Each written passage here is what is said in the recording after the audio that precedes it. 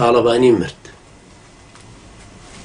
ئەمە ئەکەمان بەرنامەیەک ئینشاءالله جار بۆ جار ئاڵلقەیەک پێشکەشەکەم بۆی دڵنیاتان کەمەوە و بیریشتان بخەمەوە ئەوانەی کە تەمەنیشان لە 25 بەرەو خوارە بۆیان بسەلوێنم کە طالبانی نەخزمەتی کوردایەتی کردو، نەخزمەتی دینی کردو، نەخزمەتی دیموکراسی کردو، نەڕۆژێک لای کردو بە لای مافی مرۆڤ.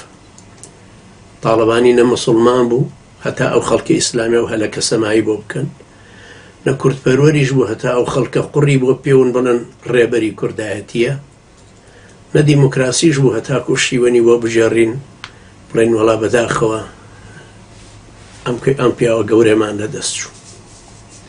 لە سەیرەوەیە کە ئەم پیاوە هاوتەمەنی کاسترۆ و جیڤارا و کیم ئیل سۆنگ و هۆشیمینە و ئەوانن. کاسترۆ وەکو ئەم بوو لەو سەردەمە ئەمیشا لەدایک بووە، لە پەنجاکانی ئەمیشا چوونەتە کولەی قانون، هەردوو لایەن حقوقیان خوێندووە.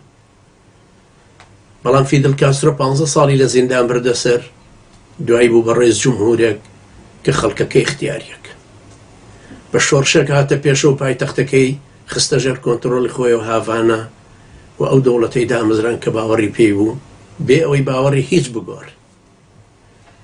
کاتێکیش کە بوو بە ڕەئیس و ئەمریکا حەساری خستە سەر کووبا، وتی هەتا ئەو کاتێ ڕەشپێستێک یا ژنێک حکمی ئەمریکانەکە ئێمە پەیوەندیمان لەگەڵ دروست نابێت، چونکە سپی پێست ڕازی نییە بۆی ئێمە پەیوەندی لەگەڵ ببەستی. پەیوەندیەکان هەروەمانەوە لە 1959 هەتا وەکو زمانی ئۆباما کە ڕەشپێست بوو بە سەرۆکی ئەمریکا یەکەم ئێحتیمامیان بە یەکتردایە و بۆ گۆڕینەوەی سەفارەت و کردنەوەی سەفارەتەکە. فیدل کاسترۆ لەسەر یەک بەرنامە مایەوە هەر بەو شێوەش حکمی کرد. ئیعلانیشی کرد کە باوەڕی بە دین نییە. پاپا ئەمری دەرکرد کە کاتۆلیکی نەماو لە دایرەی کاتۆلیکی چۆتە دەرەوە، بەڵام کاسترۆ ڕێی خۆی هەر نەگۆڕی. واشی کرد کە پاپا مەمنون بێتەوە بۆ کووبا. پاپا چوو سەری لە کووبادا دوای ئەوەی کە پاپا ڕایگەیان کە باوەڕی بە ئیشتراکی هەیە و ئیشتراکیەکانیش نزیکن، کە کاسترۆ ئیستیقبالی پاپای کرد لە هاڤانا، پێی وتی بە خەڵکەکەی وتی پاپامان بۆیە قبوڵە چکە زۆری نەماوە بڵێ ئەی سۆشیالیستیەکانی جیهان یەکگرن، کە ئەوە شیعارەکەی مارکسە کە ئەڵێ یا عومال العالم التحید، ئەی کرێکارانی جیهان یەکگرن. جەڵە طالبانی وەکو کیم ئیل سۆنگیش نەبوو.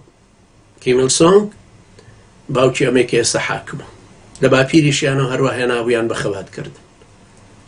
جەلال طالبانی وەکو ئەمیش دەرنەچوو. ئەم کوڕێکی لە دوا بەجێمە هەموو ڕۆژ هەڕەشەکانی بینین بە قومبەلەی هایدرۆجینی لە ئەمریکایەکە.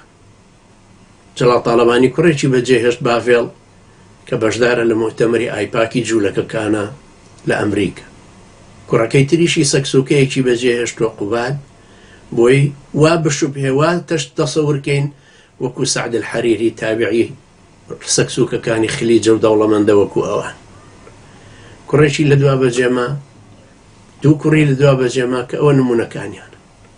کیم ئیل سۆنگیش کوڕێکی بە دوا بەجێما کۆریای شیمالی گەیشتۆتە ئەوجی قووەت لە زەمانی شەڕەشۆقی دارستانی داروینیزمی کۆمەڵایەتی و سیاسیە.